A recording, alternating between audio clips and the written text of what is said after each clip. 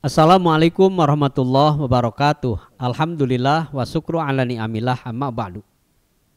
Pendengar dan pemirsa, dari Abu Hurairah radhiyallahu an, Rasulullah SAW bersabda, jika seseorang meninggal dunia, maka terputuslah amalannya kecuali 3 perkara, yaitu sedekah jariyah, ilmu yang bermanfaat, dan doa anak yang soleh.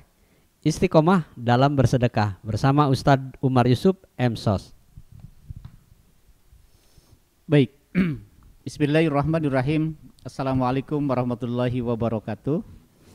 Innal hamdalillah nahmaduhu wa nasta'inuhu wa nastaghfiruh wa na'udzu billahi min syururi anfusina wa min sayyiati a'malina may yahdihillahu fala mudhillalah wa may yudlil fala hadiyalah.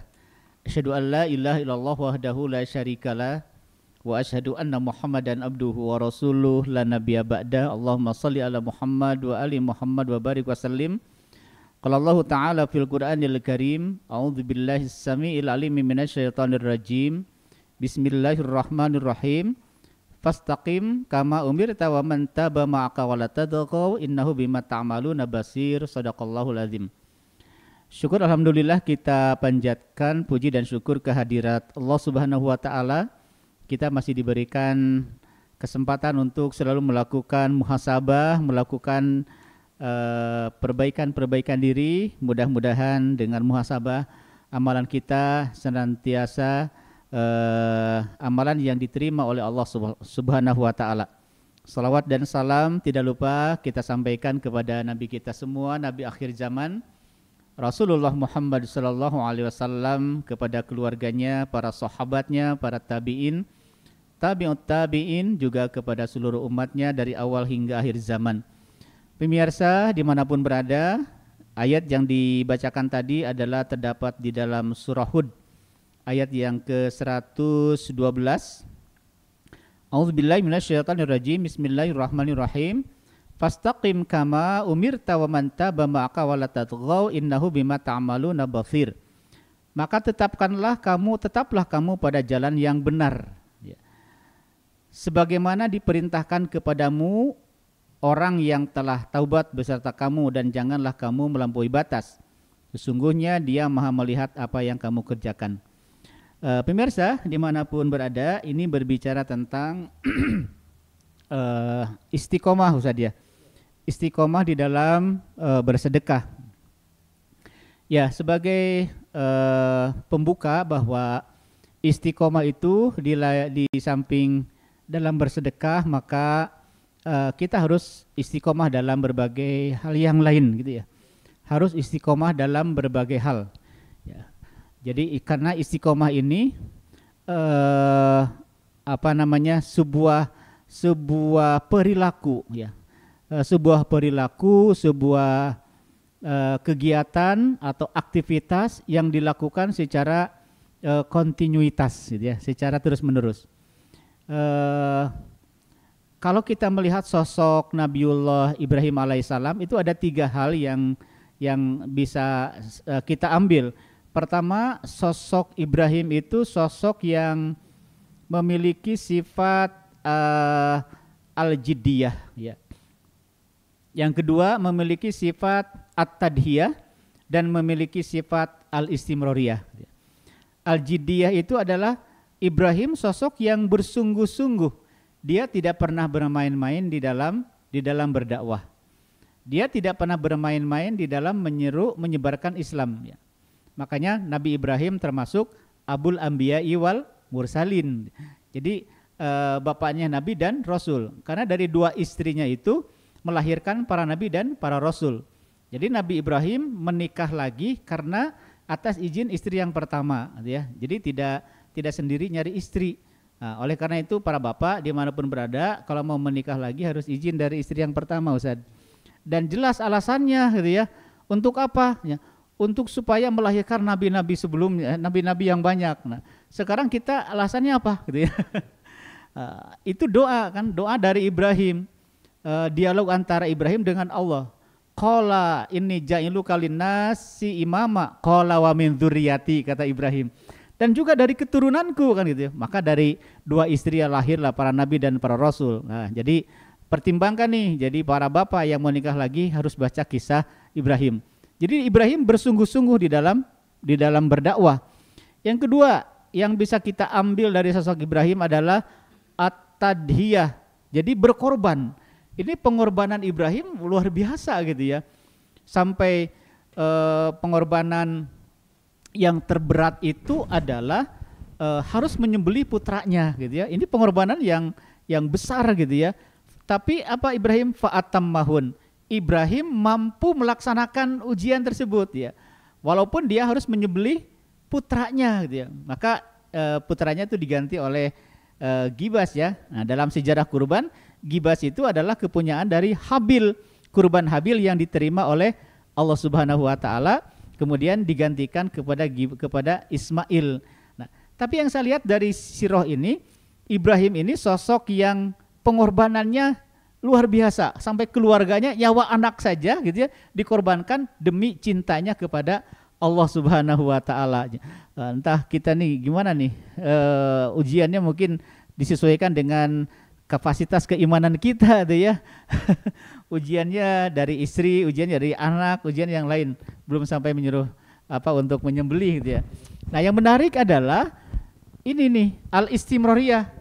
Ini luar biasa, kontinuitas, istiqomahnya Ibrahim gitu ya. Ibrahim tidak pernah berhenti berdakwah di perjalanan ketika harus menghadapi Raja Namrud ya.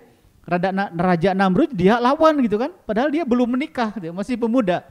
Nah, makanya Ibrahim ini termasuk seorang pemuda yang dikategorikan pemuda yang keren gitu ya. Makanya para pemuda sekarang harus membaca lembaran-lembaran pemuda Ibrahim gitu ya. Jadi sepertiga Al-Quran itu adalah sejarah, dan dalam sejarah diceritakan para pemuda. Sok bayangkan misalnya pemuda Ashabul Kahfi harus berhadapan dengan Raja Dicyanus gitu ya, di penjara, akhirnya dia tidur di gua. Kemudian pemuda pemuda Abdullah bin Mas'ud gitu kan. Kemudian pemuda Hanzalah ya. Kemudian bahkan Nabi Yusuf juga pemuda gitu ya, yang digoda oleh perempuan, oleh Zulaikha ya. Termasuk pemuda Amr bin Yasir yang diabadikan dalam surah 16 ayat 106 gitu. Termasuk Ibrahim nih. Kata Namrud, siapa yang menghancurkan Tuhan-Tuhan sesembahan kami? Ternyata di situ ada orang yang melihat, wahai baginda, tadi ada seorang pemuda keluar dari gedung ini gitu ya, dari ruangan ini. Ternyata Ibrahim masih muda dan menghancurkan berhala-berhala. Continue, belum misalnya Ibrahim harus membangun Ka'bah gitu kan. Bahkan yang sangat menarik itu harus menyunat dirinya sendiri gitu ya. Sudah tua kan harus disunat dirinya sendiri, gimana caranya gitu ya, dipotong gitu, baru udah lihat misalnya kan udah sepuh gitu ya. Ini ujian juga, tapi yang terberat itu adalah harus menyembelih putranya. Nah, artinya dia berdakwah secara kontinu, tidak pernah berhenti di perjalanan. Yang berhenti di perjalanan misalnya yang sempat mau berhenti gitu ya, siapa tuh? Nabi Yunus, karena dia pusing ngurusin umatnya, tidak mau nurut-nurut, kemudian dia meninggalkan umatnya. Apa yang terjadi? Kan ditelan sama ikan hiu gitu ya. Tapi akhirnya Nabi Yunus melakukan mi'raj ruhani di dalam perut ikan hiu gitu ya, kemudian dikeluarkan lagi oleh Allah Subhanahu wa taala. Makanya ini tidak boleh terputus gitu ya. Harus istiqomah, karena istiqomah itu bagian dari sedekah gitu ya. Sedekah dalam beristiqomah gitu ya. Nah, apalagi misalnya pokoknya intinya istiqomah tidak boleh berhenti dalam melakukan ke hal-hal yang baik itu sedekah, baik itu aktivitas yang lain yang sifatnya berdakwah misalnya, itu tidak boleh futur misalnya, tidak boleh terputus di tengah jalan. Karena kalau terputus itu akan diikob sama Allah gitu ya. Oh, kamu berhenti berdakwah tuh umat, kasihan tuh ya. Kasihan tuh anak-anak muda gitu ya, bergelimpangan karena pengaruh game gitu ya, anak-anak dan sebagainya. Sementara ustad-ustad misalnya karena sibuk ini itu gitu ya, itu jangan sampai terputus di perjalanan. Seperti itu, Ustaz. Pendengar dan pemirsa, 5 keajaiban dalam bersedekah. Pertama, membersihkan harta, kemudian memurahkan rezeki, menyembuhkan penyakit, dan mendatangkan kebaikan sebagaimana dengan sabda Rasul yang artinya sedekah menutup 70 pintu keburukan. Hadis riwayat Tabrani. Dan yang kelima, menurunkan tingkat ketimpangan sosial. Ini bersedekah, istiqomah dalam bersedekah. Tentu Ustaz ya, ketika istiqomah dalam bersedekah, Allah tidak melihat besar kecilnya. Ketika fisyarra iwadara, lagi ada ya tetap. Lagi tidak ada juga tidak berhenti bersedekah. Ini artinya ikhlas itu dituntut untuk terus menerus istiqomah dalam melaksanakan kebaikan. Luar biasa Ustaz, silakan. Baik. Saya coba buat analogi ya. Jadi dua-duanya bersedekah. Ya. Punten ya, misalnya ada profesi tukang beca ya, beca. Dia bersedekah 50.000. Dia bersedekah 50.000 atau 100.000 ya, 100.000. Ada satu orang lagi, dia sama bersedekah, sedekahnya 100.000. Tetapi yang satu itu profesinya sebagai pengusaha. Ya. Jadi sebagai pengusaha. Jadi yang satu profesinya penarik beca, sedekahnya 100.000. Yang satu lagi profesinya pengusaha, sedekahnya 100.000. Secara profesi itu tidak seimbang gitu ya. Kalau misalnya profesi beca itu untuk mendapatkan 100.000 mungkin 1, 2 sampai 3 hari baru mendapatkan uang 100.000 kemudian disedekahkan gitu ya. Tapi dia continue gitu kan. Dia continue karena dia paham ya bahwa sedekah itu sebagai penolak bala gitu kan. Kemudian apakah yang pengusaha ini 100.000 salah? Tidak salah juga gitu ya. Cuma tidak seimbang aja dengan penghasilan gitu ya. Seharusnya kan dia sedekahnya 1 miliar kan gitu ya. Karena dia seorang pengusaha. Apakah di hadapan Allah itu sama? Allah alam bisawab gitu ya. Itu dikembalikan kepada niatnya masing-masing. Tapi kalau hitung-hitungan matematis gitu ya, masa tuh pengusaha tuh curah 100.000 dia, sementara profesi yang penarik beca itu dia harus mengeluarkan keringat, banting tulang karena ingin bersedekah. Dia mampu seperti itu sebagaimana mampunya orang kaya tersebut ya, seperti itu. Nah, ini sebuah analogi, sebuah gambaran bahwa kekuatan sedekah itu bisa terjadi kepada siapa saja ya. Kepada profesinya beca misalnya, profesinya guru, profesinya apa gitu ya. Itu kekuatan sedekah karena dia paham terhadap sedekah gitu ya. Apalagi misalnya bagaimana kalau saya tidak punya harta kekayaan nih gitu ya untuk bersedekah, seri we kan gitu ya. Kan ada hadisnya ya Ustaz. Tabasumuka fi akhika laka sedekah gitu ya. Maka dengan senyum kepada saudaramu itu bagian dari sedekah gitu ya. Ya tiba-tiba ketemu dengan kawan ya, nyengir atau jelema teh gitu ya. Kamu kenapa nyengir? Sedang bersedekah. Tapi ternyengir juga gitu ya. Tapi intinya gini, bersedekah tidak harus dengan materi, tapi dengan roman muka yang menyenangkan gitu ya. Selalu tersenyum kepada saudaranya, itu bagian daripada sedekah. Coba misalnya secara psikologi saja, melihat kawan kita tersenyum, enak dilihatnya gitu ya. Berbeda dengan baru ketemu dengan kawan, tapi dia bermuram durja gitu ya. Ini tidak enak sekali secara psikologis. Nah makanya sebenarnya senyum itu bagian dari sedekah. Nah oleh karena itu mari kita sama-sama ya untuk tetap istiqomah di dalam melakukan sedekah walaupun itu sangat kecil sekali gitu ya. Karena pekerjaan yang kecil dilakukan secara kontinuitas itu akan menjadi besar gitu kan, menjadi besar. Mudah-mudahan kita termasuk orang-orang yang memahami fadilah sedekah itu bisa mendatangkan rezeki gitu ya, kemudian bisa penolak bala gitu ya. Bisa jadi misalnya dia bersedekah hari ini, kemudian ada kejadian selanjutnya yang orang lain misalnya kena musibah, dia tidak. Ternyata di sini ada kekuatan daripada sedekah itu sendiri gitu ya. Maka harus continue istiqomah di dalam bersedekah. Kan manajemen sederhananya tiap hari kita menyisihkan 2.000 atau 3.000 untuk bersedekah. Jangan disibukkan dengan orang lain kamu tuh mandi rajin sekali tuh menyisihkan uang segini untuk ini.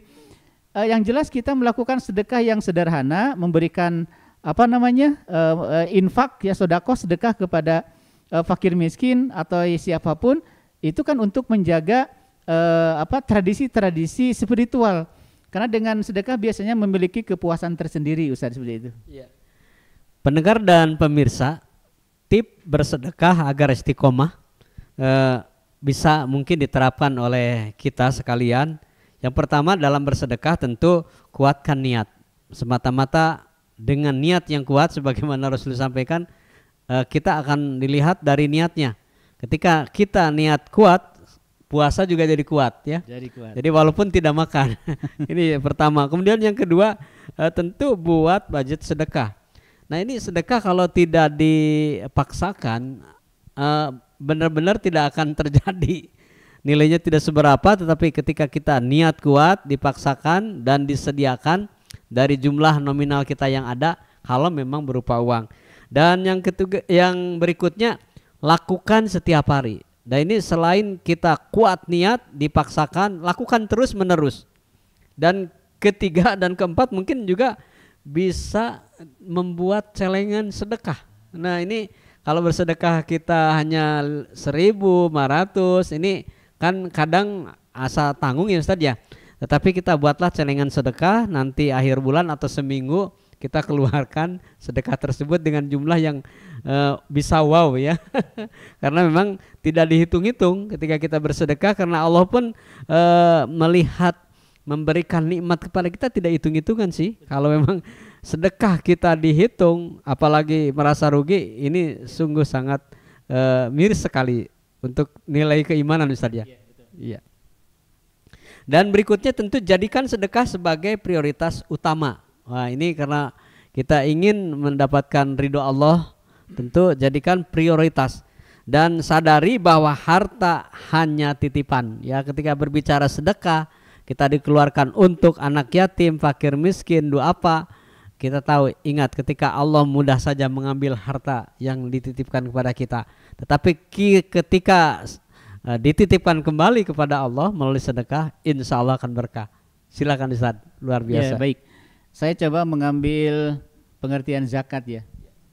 Zakat itu ada al-adalatul ijtimaiyah. Zakat itu adalah bagian dari keadilan sosial.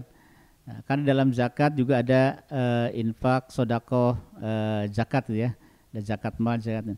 Tapi intinya zakat itu adalah al-adalatul ijtimaiyah. Jadi zakat itu adalah keadilan sosial. Berbicara sedekah itu berbicara kesalehan sosial. Ya. Oleh karena itu mungkin trik yang sederhana ini kita buat semacam mutabaah yaumiyah. Gitu ya. Jadi mutabaah yaumiyah itu monitoring harian individu. Ya. Poin pertama misalnya sedekah. Nah, konsekuensinya pokoknya komitmen dan konsekuensi. Komitmen saya tiap hari bersedekah 5.000. Konsekuensinya jika tidak, maka saya harus memberikan jajan kepada fakir miskin 5 orang, 1 orang 10.000. Nah, itu kan konsekuensi gitu ya. Atau konsekuensinya jika saya lupa tidak bersedekah hari ini, saya akan memberikan 1 saksemen ke masjid gitu. Nah, itu konsekuensi. Jadi artinya itu mengikob diri sendiri gitu ya, menghukum diri sendiri. Ya. Jadi kata Umar, hasibu anfusakum qabla an tuhasabu gitu ya.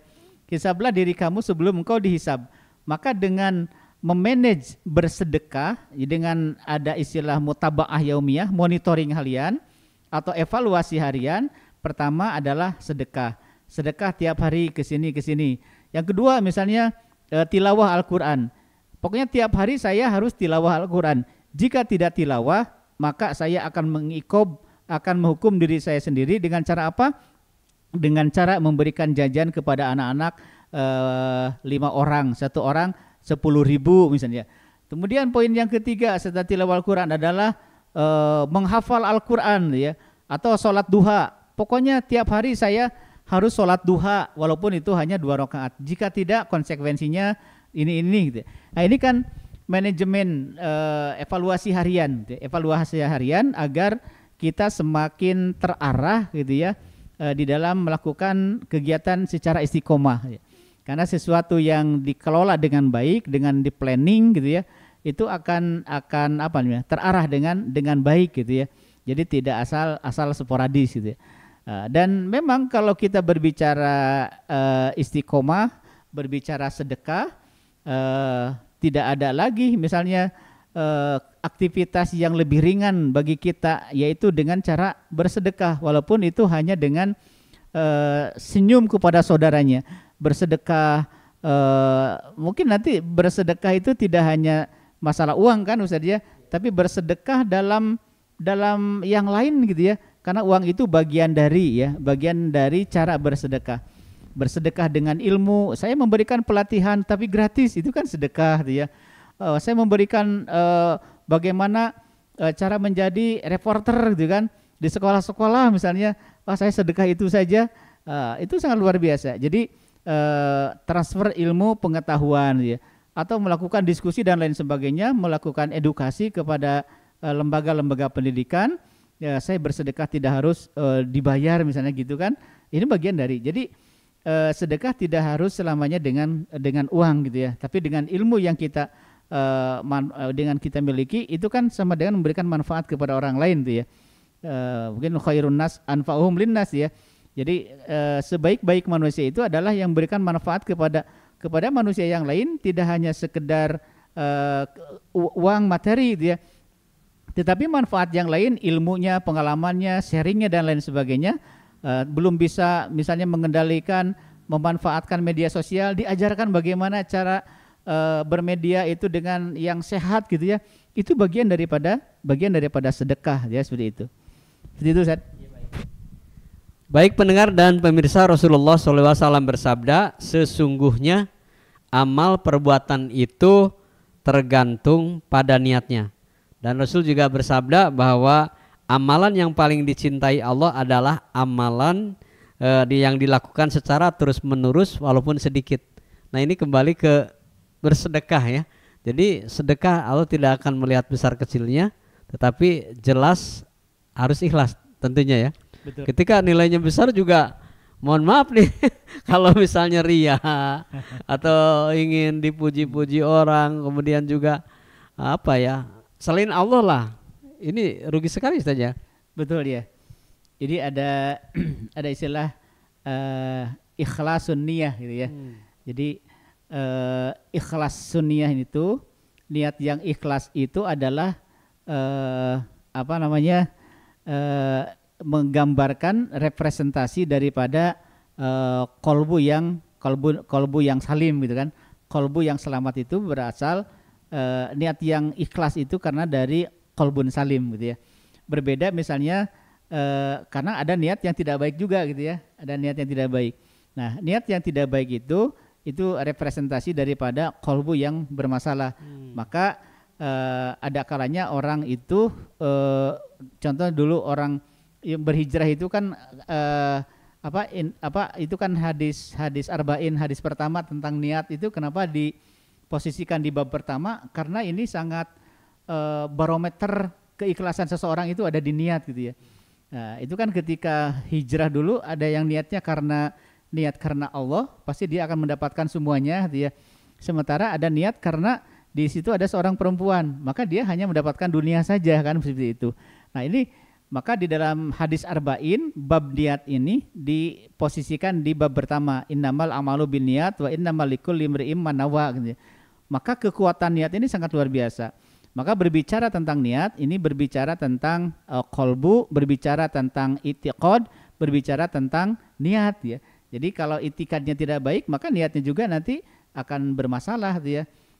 Tapi mudah-mudahan dengan seiring dia mendapatkan input tentang bab-bab niat ini, maka dia melakukan sedekah itu walaupun kecil ya, walaupun kecil itu akan menjadi besar dia. Apalagi bersedekah misal dengan jumlah yang sangat besar, niatnya baik, wah itu keren lah gitu ya. Maka jadilah seperti Sulaiman alaihissalam dia kaya tapi dia juga hebat gitu ya. Spiritualnya, keimanannya sangat luar biasa. Allah Pendengar dan pemirsa, Rasulullah SAW menyatakan, seseorang itu tergantung pada agama temannya, maka hendaklah salah seorang di antara kalian melihat siapa yang menjadi temannya. Ketika kita ingin menjadi ahli sedekah, perbanyaklah berteman dengan ahli sedekah. Ketika kita ingin menjadi anak yang soleh, maka jadikan diri kita soleh dan tirulah orang-orang yang soleh. Istiqomah dalam bersedekah berakar pada niat yang tulus dan ikhlas, semata-mata karena Allah, bukan karena pamrih atau pujian manusia. Terima kasih bersama kami di Mutiara Pagi Pro 1 dari Bandung. Assalamualaikum warahmatullahi wabarakatuh. Waalaikumsalam.